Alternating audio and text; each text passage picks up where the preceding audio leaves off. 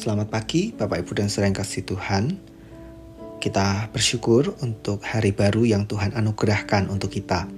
Mari kita memulai hari ini dengan membaca firman Tuhan, Kisah Para Rasul pasal 22 ayat 30 sampai pasal 23 ayat 35. Namun kepala pasukan itu ingin mengetahui dengan teliti apa yang dituduhkan orang-orang Yahudi kepada Paulus.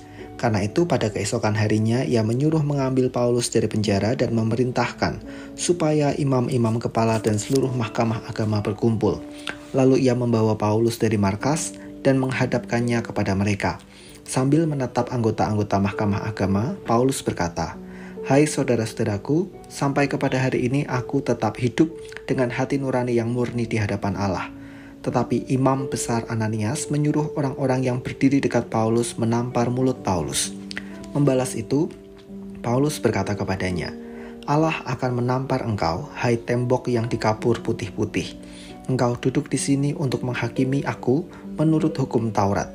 Namun engkau melanggar hukum Taurat oleh perintahmu untuk menampar aku." Dan orang-orang yang hadir di situ berkata, "Engkau mengejek imam besar Allah?" Jawab Paulus, "Hai saudara-saudara, aku tidak tahu bahwa ia adalah imam besar. Memang ada tertulis, janganlah engkau berkata jahat tentang seorang pemimpin bangsamu."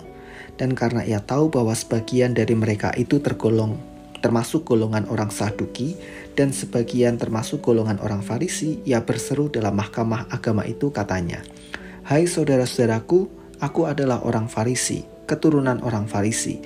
Aku dihadapkan ke mahkamah ini karena aku mengharap akan kebangkitan orang mati." Ketika ia berkata demikian, timbullah perpecahan antara orang-orang Farisi dan orang-orang Saduki, dan terbagi-bagilah orang banyak itu. Sebab orang-orang Saduki mengatakan bahwa tidak ada kebangkitan dan tidak ada malaikat atau roh, tetapi orang-orang Farisi mengakui kedua-duanya. Maka terjadilah keributan besar. Beberapa ahli Taurat dari golongan Farisi tampil ke depan dan membantah dengan keras, katanya, "Kami sama sekali tidak menemukan sesuatu yang salah pada orang ini. Barangkali ada roh atau malaikat yang telah berbicara kepadanya." Maka terjadilah perpecahan besar, sehingga kepala pasukan takut, kalau-kalau mereka akan mengoyak-ngoyak Paulus. Karena itu, ia memerintahkan pasukan untuk turun ke bawah dan mengambil Paulus dari tengah-tengah mereka dan membawanya ke markas. Pada malam berikutnya Tuhan datang berdiri di sisinya dan berkata kepadanya, "Kuatkanlah hatimu, sebab sebagaimana engkau dengan berani telah bersaksi tentang aku di Yerusalem, demikian jugalah hendaknya engkau pergi bersaksi di Roma." Dan setelah hari siang, orang-orang Yahudi mengadakan komplotan dan bersumpah untuk mengutuk diri bahwa mereka tidak akan makan atau minum sebelum mereka membunuh Paulus. Jumlah mereka yang mengadakan komplotan itu lebih daripada 40 orang. Mereka pergi kepada imam-imam kepala dan tua-tua bangsa Yahudi dan berkata, "Kami telah bersumpah dengan mengutuk diri bahwa kami tidak akan makan atau minum sebelum kami membunuh Paulus. Karena itu hendaklah kamu bersama-sama dengan mahkamah agama menganjurkan kepada kepala pasukan supaya ia menghadapkan Paulus lagi kepada kamu, seolah-olah kamu hendak memeriksa perkaranya lebih teliti. Dan sementara itu kami sudah siap sedia untuk membunuh dia sebelum ia sampai kepada kamu." Akan tetapi kemenakan Paulus, anak saudaranya perempuan, mendengar tentang penghadangan itu. Ia datang ke markas dan setelah diizinkan masuk, ia memberitahukannya kepada Paulus. Lalu Paulus memanggil salah seorang perwira dan berkata kepadanya, "Bawalah anak ini kepada kepala pasukan, karena ada sesuatu yang perlu diberitahukannya kepadanya." Perwira itu membawanya kepada kepala pasukan dan berkata, "Paulus orang tahanan itu memanggil aku dan meminta supaya aku membawa anak muda ini kepadamu, sebab ada yang perlu diberitahukannya kepadamu." Maka kepala pasukan itu memegang tangan anak muda itu, lalu membawanya ke samping dan bertanya, "Apakah yang perlu kau beritahukan kepadaku?" Jawabnya, "Orang-orang Yahudi telah bersepakat untuk meminta kepadamu, supaya besok engkau menghadapkan Paulus lagi ke mahkamah agama, seolah-olah mahkamah itu mau memperoleh keterangan yang lebih teliti daripadanya. Akan tetapi, janganlah engkau mendengarkan mereka, sebab lebih daripada 40 orang dari mereka telah siap untuk menghadang dia. Mereka telah bersumpah dengan mengutuk diri bahwa mereka tidak akan makan atau minum sebelum mereka membunuh dia. Sekarang mereka telah siap sedia dan hanya menantikan keputusanmu." Lalu kepala pasukan menyuruh anak muda itu pulang dan memerintahkan kepadanya, "Jangan katakan kepada siapapun juga bahwa engkau telah memberitahukan hal ini kepadaku." Kemudian kepala pasukan memanggil 2 perwira dan berkata, "Siapkan 200 orang prajurit untuk berangkat ke Kaisarea, beserta 70 orang berkuda dan 200 orang bersenjata lembing, kira-kira pada jam 9 malam ini. Sediakan juga beberapa keledai tunggangan untuk Paulus, dan bawalah dia dengan selamat kepada wali negeri Felix." Dan ia menulis surat yang isinya sebagai berikut: "Salam dari Claudius Lysias kepada wali negeri Felix yang mulia. Orang ini ditangkap oleh orang-orang Yahudi, dan ketika mereka hendak membunuhnya, aku datang dengan pasukan mencegahnya dan melepaskannya, karena aku dengar bahwa ia adalah warga negara Roma. Untuk mengetahui apa alasannya mereka mendakwa dia, aku menghadapkannya ke mahkamah agama mereka. Ternyatalah bagiku bahwa ia didakwa karena soal-soal hukum Taurat mereka, tetapi tidak ada tuduhan atas mana ia patut dihukum mati atau dipenjarakan. Kepadaku telah diberitahukan bahwa ada komplotan merencanakan membunuh dia. Karena itu aku segera menyuruh membawa dia kepadamu, sedang kepada para pendakwa telah kuberitahukan bahwa mereka harus mengajukan perkara itu kepadamu." Lalu prajurit-prajurit itu mengambil Paulus sesuai dengan yang diperintahkan kepada mereka dan membawanya pada waktu malam ke Antipatris.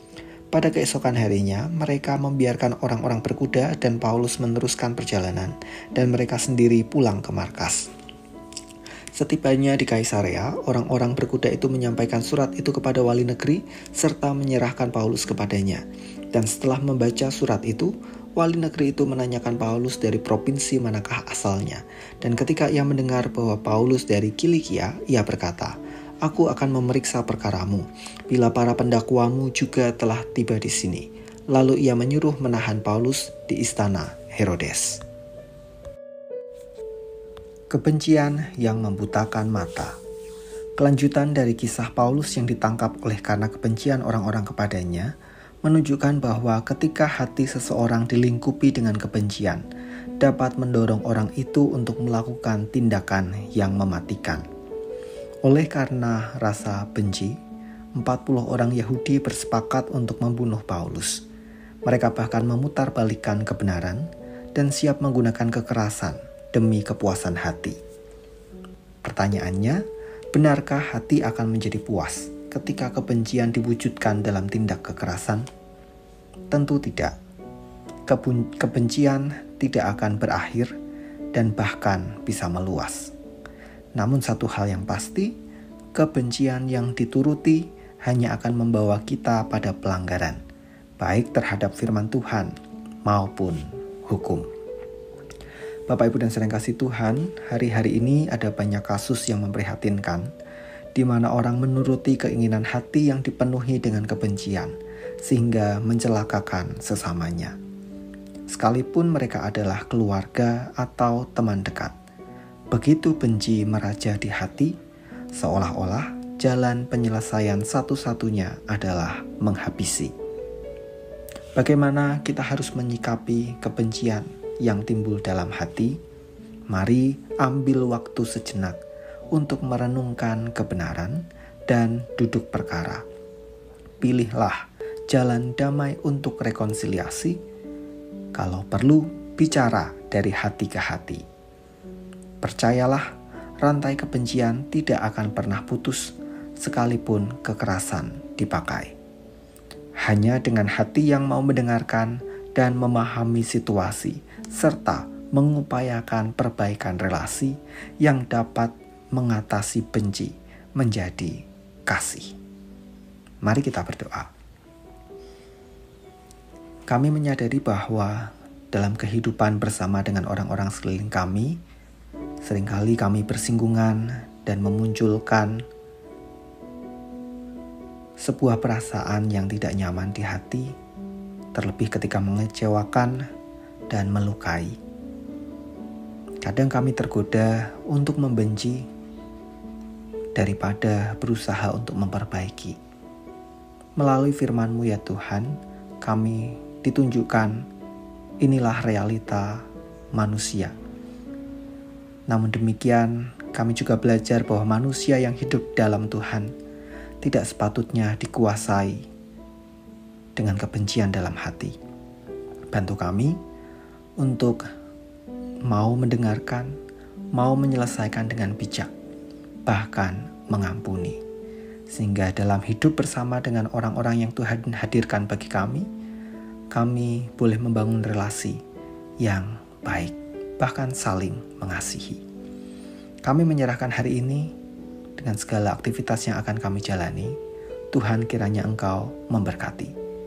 Di dalam nama Tuhan kami Yesus Kristus kami berdoa dan mengucap syukur. Amin.